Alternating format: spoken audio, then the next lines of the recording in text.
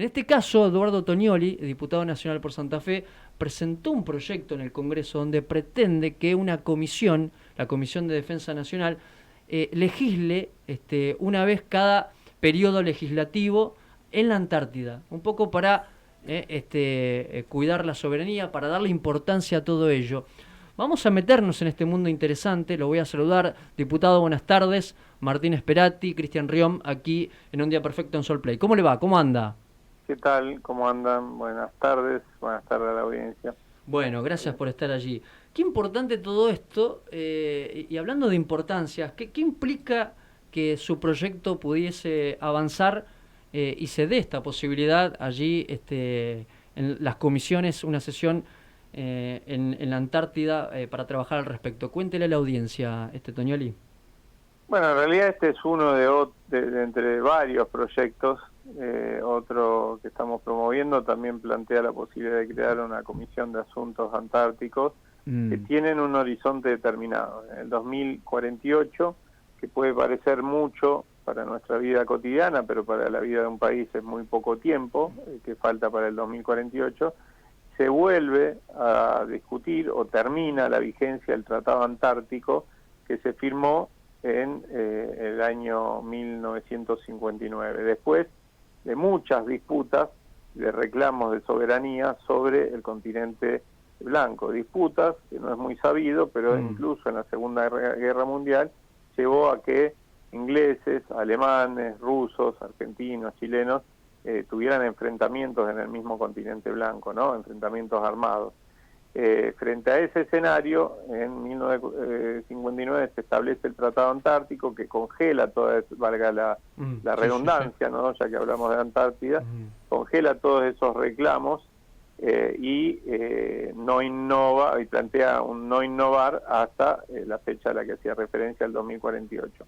En ese transcurso, la Argentina, que tiene plena presencia en el continente antártico, en lo que se conoce como el sector antártico argentino, que tiene 13 bases, 7 permanentes y 6 que se utilizan solamente en verano por razones climáticas, realiza determinadas acciones, tareas que viene realizando desde hace 119 años de manera ininterrumpida. Es el único país que lo hace, que lo viene haciendo desde hace tanto tiempo, que incluso estuvo más de 4 décadas en soledad en la Antártida de manera ininterrumpida. Bueno, todas aquellas actividades científicas, actividades militares que son de logística, porque es un territorio de paz, entonces en el marco de este tratado no pueden estar armadas las Fuerzas Armadas Argentinas, ni de ningún país, y también realiza tareas de carácter político, gestos políticos, que todas se proponen coadyuvar a garantizar que cuando se rediscuta todos estos reclamos soberanos, la Argentina pueda ver satisfechos esos reclamos, ¿no? Entonces, para nosotros, todo gesto que alguno de los poderes del Estado pueda realizar y que consoliden, ¿no es cierto?, esta soberanía en la Antártida, son importantes. Las razones son obvias, las decían ustedes recién, ¿no? La reserva de agua dulce más importante del mundo, una zona con un tesoro natural invaluable, que algunos consideran el continente del futuro, ¿no? Qué interesante esto. Antes de involucrar al profe a esta charla con temas específicos, muchos se preguntaban por qué el presidente hizo una cadena nacional allí. Y aprovecho para preguntarle a usted qué fue en esa comitiva. ¿Por qué hizo esa cadena nacional en la Antártida, diputado? Yo invertiría la pregunta. Si no se utiliza la cadena nacional para algo tan importante, trascendente y estratégico como esto, ¿para qué otra cosa necesitaríamos usarla, ¿no? ¿Por qué nuestra normativa, para qué casos establece que se puede o se debe utilizar la cadena nacional para acontecimientos de crisis excepcionales? Quizás este no sea el caso, pero también para cuestiones trascendentes y estratégicas, y este sí es el caso, ¿no? Y además, nunca mejor utilizada la cadena que para otra cosa que para hacer pedagogía. Es importante que todos los días de nuestra vida, que todas nuestras instituciones, que la sociedad civil, que el pueblo argentino sepa, incorpore la idea de que somos un país, como decían ustedes, bicontinental y marítimo también, ¿no? Tal es así que tenemos una parte de ese sistema marítimo, ¿no es cierto?, que forma parte de la Argentina, o de esas áreas marítimas que forman parte de la Argentina, con las islas del Atlántico Sur. Hay una parte que está ocupada por una potencia extranjera y que hace que la Argentina hoy esté en un conflicto. En este momento el conflicto no es un conflicto abierto, pero es un conflicto que existe y que se tramita por vía diplomática en todo caso, y que ayer, por ejemplo, ha tenido un capítulo para mí valorable por parte de la Cancillería Argentina, que rechazó la vigencia, o que se salió de un acuerdo Fonrador y Duncan que se firmó durante la gestión de Mauricio Macri, que representaba concesiones para nosotros inaceptables al Reino Unido, ¿no? Eduardo, Cristian Riom te saluda, ¿cómo estás? ¿Cómo estás, Cristian? Justamente estaba pensando en ese pacto que la Cancillería Argentina dio por terminado, por cancelado, digamos. Además, hace un poco tiempo tuvimos la oportunidad de ver el restablecimiento de la 10ª Brigada Aérea, allí en la Patagonia también. Esto, digamos, supone un plan del gobierno para tener mayor presencia en estos lugares, ¿es así? Bueno, las directivas de Defensa Nacional 2021, que las directivas de Defensa Nacional son la herramienta que tiene el Estado argentino, que se da con cierta periodicidad, de planificación de su defensa. Es decir, a partir de esa directiva que se hace entre las autoridades políticas, Ministerio de Defensa básicamente, la Cancillería y las Fuerzas Armadas, pero con conducción, por supuesto, de la política, cada X cantidad de años se establece en una directiva nacional. En el 2021 el gobierno establece, ¿no es cierto?, después de este circuito al que hice referencia, directivas nacionales 2021 que vienen a dejar atrás la del 2018. Directivas nacionales establecidas durante la gestión Macri, que paradójicamente no nombraban a las Malvinas, o que la nombraba lateralmente y no para hablar de alguna manera del reclamo soberano de la Argentina, ¿no? Frente a esto, bueno, estas nuevas directivas nacionales 2021 establecen claramente o pueden sintetizarse en un concepto o en tres conceptos, que son hacia el mar, hacia el sur y hacia la Antártida. Es decir, la Argentina, una nación cuyo criterio para la defensa es precisamente defensivo, no ofensivo, siempre ha sido así. Es decir, la Argentina no tiene vocación imperialista, sí establece su planificación en materia de defensa desde una perspectiva defensiva. Claramente tiene por prioridades hoy y tiene ordenada su política de defensa con tres ejes muy importantes, que es avanzar.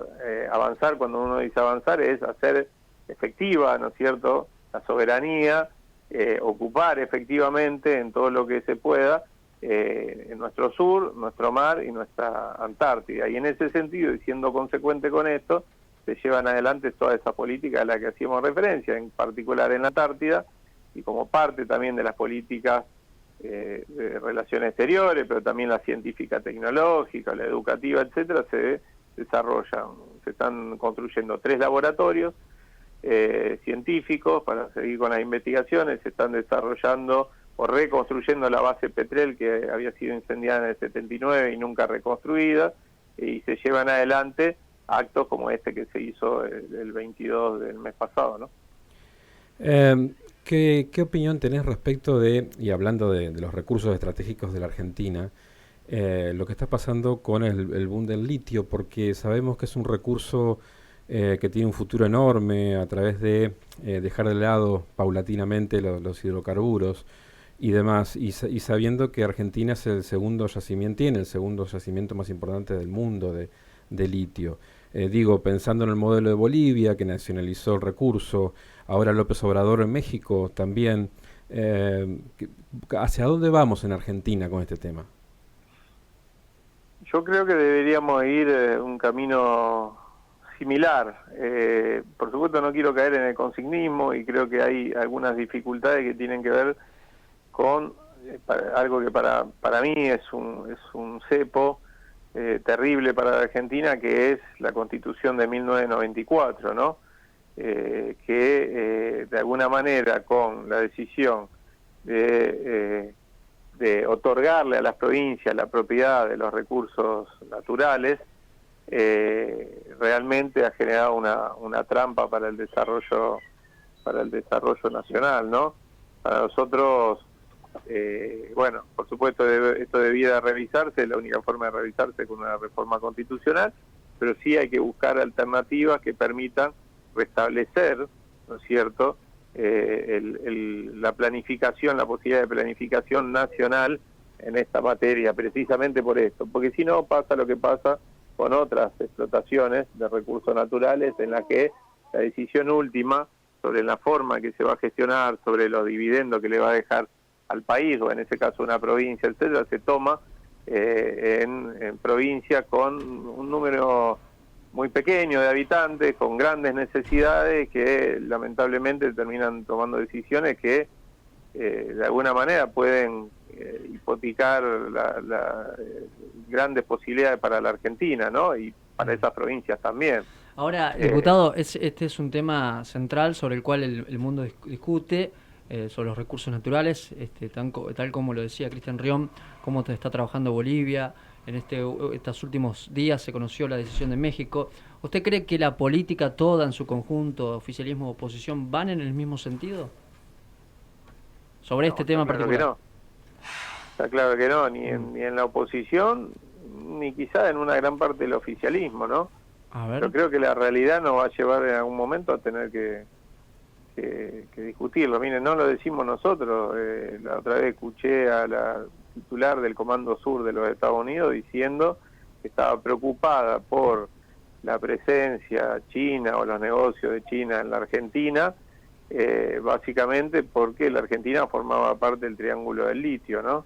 De estos tres países, Argentina, Bolivia y Chile, que entre los tres cuentan con el 80% del litio conocido, ¿no es cierto?, al menos, que existe en el mundo. Entonces, si esos países centrales le dan la importancia que le dan a esta cuestión, nosotros deberíamos dársela también, ¿no? Eduardo, quería justamente hablar de Estados Unidos y esta pretensión también de injerencia sobre nuestra economía, sobre nuestros recursos y demás, y hablando de soberanía y también pensando que sos parte de la Comisión de Defensa, quería que escuches unos segundos de una colega tuya, congresista de Estados Unidos, lo que decía. I beg your pardon if you do not understand. Lo voy a decir en español para que quede muy bien claro a mis amigos argentinos. Su presidenta y su presidente está haciendo un pacto con el diablo, que puede tener consecuencias de proporciones bíblicas. Los Estados Unidos no se va a quedar con los brazos cruzados, porque no se puede tener un aliado que fabrique y exporte aviones militares chinos y que se los venda a los vecinos. Hay dos mundos, el mundo libre y el mundo de los esclavos. Espero que los argentinos se queden en el mundo libre. Thank you, Mr. Chairman. I yield back. A la pucha. Thank you. Eso es una amenaza directamente, está bien, no forma parte del gobierno, no está en la Casa Blanca, pero es una congresista que tiene un rol importante, republicana, de Florida. Que cuando escuchás esto, ¿qué opinión te merece, Eduardo? Bueno, no es más que la opinión, en general, hay que decirlo, tanto de republicanos como de demócratas, con más o menor vehemencia, pero la idea del destino manifiesto de los Estados Unidos está claro, y la idea de que toda esta región, Centroamérica sobre todo y Sudamérica también, es el patio trasero de los Estados Unidos, es algo muy arraigado, ¿no?, en los estadounidenses, y sobre todo en la política y en la cultura política estadounidense, ¿no? Bueno, frente a esto, lo que nosotros tenemos que construir es una alternativa regional. Por supuesto que es muy difícil que un país solo pueda hacer frente a estas pretensiones, ¿no? No para correr y tirarnos en brazos de otra potencia internacional, ¿no? En este caso de China, de Rusia o de la que fuera. o de potencias menores, sino para construir una política exterior multilateral y que pueda atender a los intereses propios, los intereses nacionales y regionales. El mundo es un mundo donde quienes tienen algún peso son o estados continentales o acuerdos continentales o regionales, ¿no? Bueno, nosotros tenemos que ir en ese sentido, por eso es tan importante que podamos, que hayamos podido restablecer una relación mucho más saludable con Brasil, y por eso es importante construir junto a los países de la región. Después, no me sorprende este tipo de declaraciones, no sé quién es, me gustaría, después lo voy a buscar por las redes, seguramente está estas declaraciones, me parece muy interesante porque son desembosadas, ¿no? Pero no me sorprende. María Elvira Salazar se llama, la congresista. María Elvira Salazar, hijos de cubanos, está Claro. allí de representante de Florida, en la Cámara de Representantes de Estados Unidos. Sí, no, muy claro los conceptos. Gusano se le suele decir. Sí, es cierto. Muy claro los conceptos referente hacia dónde tenemos que ir, ¿no? Un poco hacia la claro. coordinación de los Sí. de las acciones con el resto de América Latina. Sí, claro. Quiero aprovecharlo, diputado, porque lo hemos visto hasta hace un instante a Omar Perotti firmando acuerdos allí con Agustín Rossi y Guado de Pedro para financiar 600 cámaras de seguridad allí en el Gran Rosario. Usted es rosarino, seguramente está muy preocupado por esta situación. Entonces le pregunto, ¿por qué no se avanza en la creación de juzgados federales allí para precisamente empezar a trabajar en serio con la temática narcocriminal, digamos?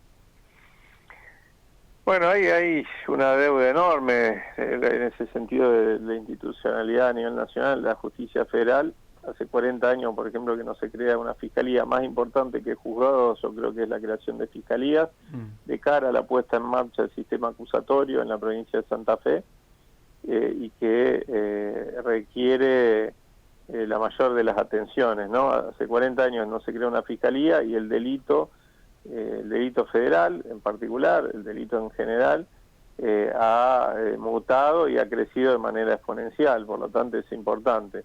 No lo es todo el número de fiscalías, también es importante tener fiscales probos con decisión política de avanzar. Cuando lo hemos tenido, y recuerdo a uno de ellos, Juan Murray, por ejemplo, aquí en la región, ha podido avanzar en causas paradigmáticas, ¿no?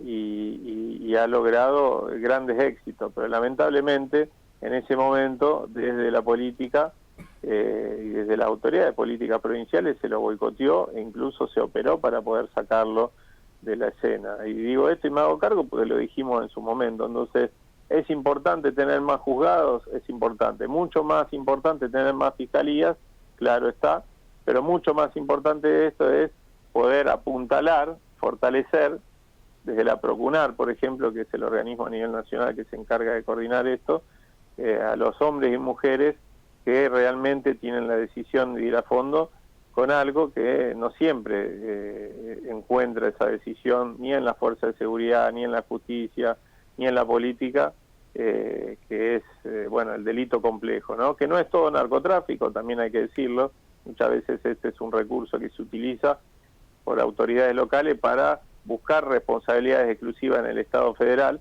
y la verdad que los niveles de violencia que tiene Rosario no se deben solo al narcotráfico, hay estructura delictiva compleja que no están ligadas a ese delito en particular, ¿no?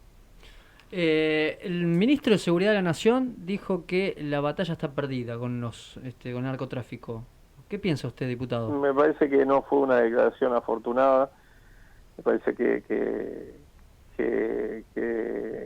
no desde la política no se puede hacer afirmaciones de ese tipo porque es una forma de tirar la toalla, ¿no? Y además de ser desafortunada en sí mismo, tiene una consecuencia atrás de eso, que es que algunos dirigentes políticas que de triste trayectoria, que se terminan montando sobre esto para hacer cualquier cosa, para hacer show y para corrernos de la discusión. ¿Quién, diputado? ¿Quién Bueno, yo ayer vi que hubo turismo político en Rosario de todos los colores. Vimos a Amalia Granata con un chaleco antibala, bueno, gracias a Dios los vecinos la pusieron en su lugar, le Sí. dijeron que es Apareció- diputada por Santa Fe, pero no vive acá y que Apar- nunca había ido sí. a ese barrio, nunca va a volver a ese barrio. Mm. Desde Amalia Granata, pasando por Diego Santilli, que es un poco más serio, pero que la verdad que lo que hizo ayer también fue una payasada. Se fue a visitar al intendente de la ciudad de Rosario y después terminó en un móvil televisivo a 50 cuadras en la zona oeste de la ciudad de Rosario, es decir, lejos de la salida de Rosario. No había forma que entre la salida de Rosario y la intendencia tenga que pasar por ahí. Pasaba 50 cuadras donde tenía que estar. Fue profeso, pasó a propósito, digamos. Fue a propósito, dijo, hoy pasaba por acá y vine al móvil, una chantada, y también para sacar provecho político de esa situación. Y después la Burri también, que cada tanto viene a Rosario, se para delante del río, se saca una foto y dice cosas que además son, por lo menos en el marco legal que tiene la Argentina, son inviables, ¿no? Como el uso de la Fuerza Armada para reprimir el delito, etcétera.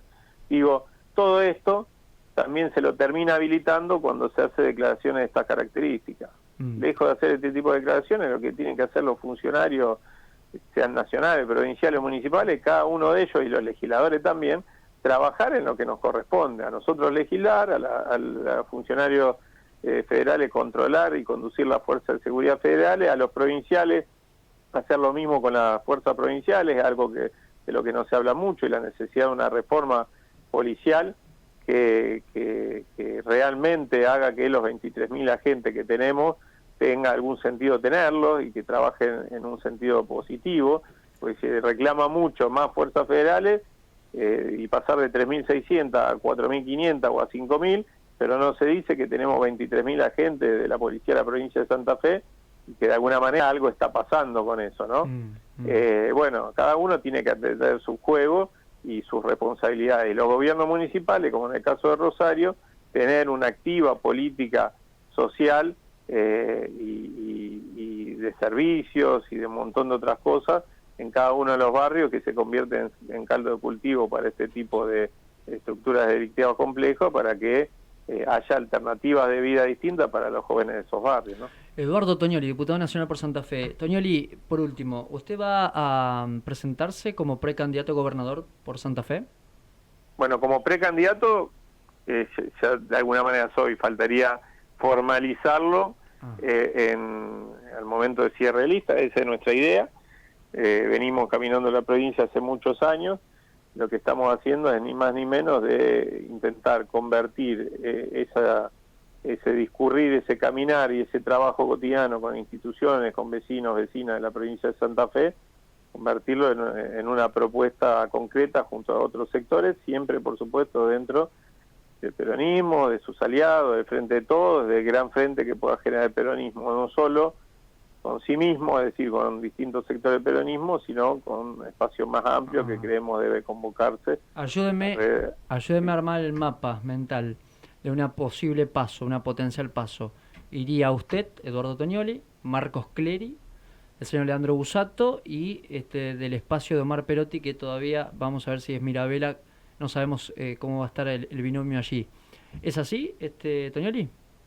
Bueno, hasta el momento son los que aparentemente, digo aparentemente porque quizá algunos no lo han expresado tan abiertamente, pero algunos lo hemos hecho, serían hasta el momento quienes tienen o tenemos intención de ser precandidatos a gobernadores. Por supuesto, después, por eso hacía referencia al cierre, no sabemos si todos esos vamos a hacer los que nos vamos a presentar, o quizás haya más o menos fórmulas, ¿no? Eso se verá. Okay. Eduardo, ¿quién es él o la referente del Frente de Todos a nivel nacional? ¿Quién lleva la idea, estas ideas que nos estabas contando, que estuvimos charlando? ¿Quién es? ¿Quién encabeza el Frente de Todos para este año, digamos, para la presidencia de la Nación? No, tampoco está definido. No hay a ver, el Frente de Todos es un conglomerado de fuerza con fuerte, por supuesto, impronta puesta por el peronismo, con el peronismo como centralidad, compuesta por referencias políticas importantes, ineludibles, de peso dentro de ese Frente de Todos. Puedo nombrar las que generalmente se nombran, que son Cristina Fernández de Kirchner, Alberto Fernández, Sergio Massa, y con un montón de otras expresiones que no se referencian como una individualidad, sino que son expresiones sociales organizadas, como pueden ser los movimientos sociales, el movimiento obrero organizado, expresiones juveniles, etcétera.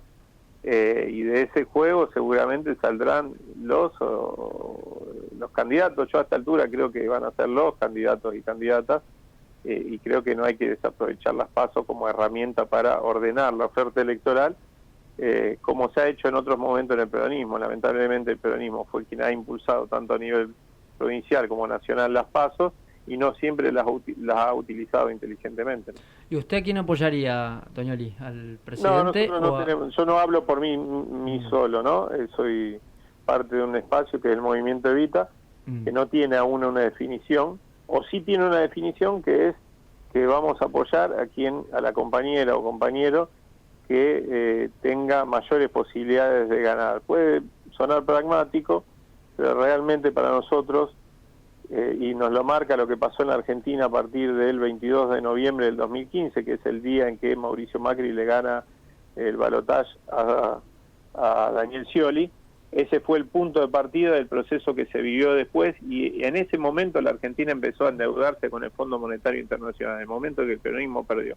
Entonces nosotros creemos que lo peor que le puede pasar a la Argentina es eso, sobre todo porque no estamos hablando de un sistema político normal, entre fuerzas que aportan todos a un modelo de desarrollo y que en todo caso difieren en matices, en cuestiones ideológicas, en cuestiones secundarias. En la Argentina tenemos un sistema político en el que conviven fuerzas que apuestan a grosso modo en modelos económicos y sociales bastante antitéticos, ¿no? Y que lamentablemente llevan avances y retrocesos permanentes de la Argentina. Okay. Nosotros creemos que hay que consolidar un modelo de fortalecimiento del mercado interno, de recuperación de desarrollo industrial, de consolidación de la producción y el trabajo, donde precisamente el mérito, o sea, que se habla tanto de mérito, esté dado por el trabajo, por el esfuerzo, y no fundamentalmente por los que ganan vía especulación o cuando a la Argentina le va mal, ¿no? Cuando un periodista, usted ya lo debe saber, cuando un periodista dice la última pregunta es mentira, porque siempre aparece otra más y otra más y otra más. Pero esta sí que es la última, y voy a apelar... No lo sabemos. No lo sabemos. Y voy a apelar a su brevedad, diputado, y agradecerle por estar aquí con nosotros. Como rosarino, como hombre de la política, como conocedor de los temas de seguridad, Rosario, el Gran Rosario, ¿debe convertirse en un estado de excepción como El Salvador en la figura de Nayib Bukele? No, a mí me parece que parangonar, en algún momento era Rudolph Giuliani, después pasó a ser, no sé, ya no me acuerdo, pero se suele apelar a modas o a cosas que pasan en otros países que no suelen ser parangonables y que además, a partir de un spot televisivo se suelen sacar conclusiones, tanto a favor o en contra, etcétera. A mí me parece que Rosario es Rosario, tiene características propias.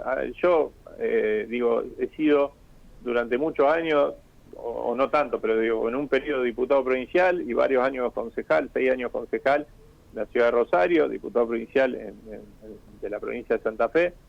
Siempre me tocó en esos periodos ser opositor, jamás se me ocurrió para explicitar, ¿no es cierto?, esa vocación opositora o para ser crítico con los gobiernos locales, decir que Rosario era Sinaloa, porque no lo es de ninguna manera, ni esperemos que lo sea, básicamente porque en Rosario o en la provincia de Santa Fe no hay una fuerza como lo que sucedió en México o en Colombia, sigue sucediendo en México con fuerza con capacidad militar de poner en jaque al Estado, porque básicamente, entre otras cosas, y es lo que venimos denunciando, hay participación estatal en esas estructuras delictivas de las que estamos hablando, ¿no? Entonces el fenómeno de Amara es un fenómeno muy distinto, y la verdad que no me atrevería a hacer esas comparaciones. Me parece que son recursos propagandísticos que se utilizan en uno o en otro sentido. Rosario necesita, entre otras cosas, la potencia productiva que alguna vez Rosario era una ciudad industrial que en muy poco tiempo, y producto de las políticas que se abren en Argentina desde el 2 de abril de 1976 con la llegada de Martínez II, y después con lo que pasó en los 80, en los 90, etcétera, se convirtió de ser un polo productivo industrial potentísimo y una ciudad profundamente inclusiva en ser una ciudad enormemente fragmentada. Y eso, más allá de todo lo que dijimos antes, las reformas de la fuerza de seguridad, etcétera, alguna consecuencia dolorosa trae y la estamos viviendo, ¿no? Diputado, un gusto, muchas gracias. Era la última entonces. Era la última. No, yo pensé que le ibas a preguntar por Newells la última, pero no. Ah, ¿cómo está Newells? El No gringo falta, Heinze. ¿Eh? Ya vamos a mejorar. Gracias, diputado, un gusto, muchas gracias. A ustedes. Chau, chau. Eduardo Toñoli, diputado nacional por Santa Fe.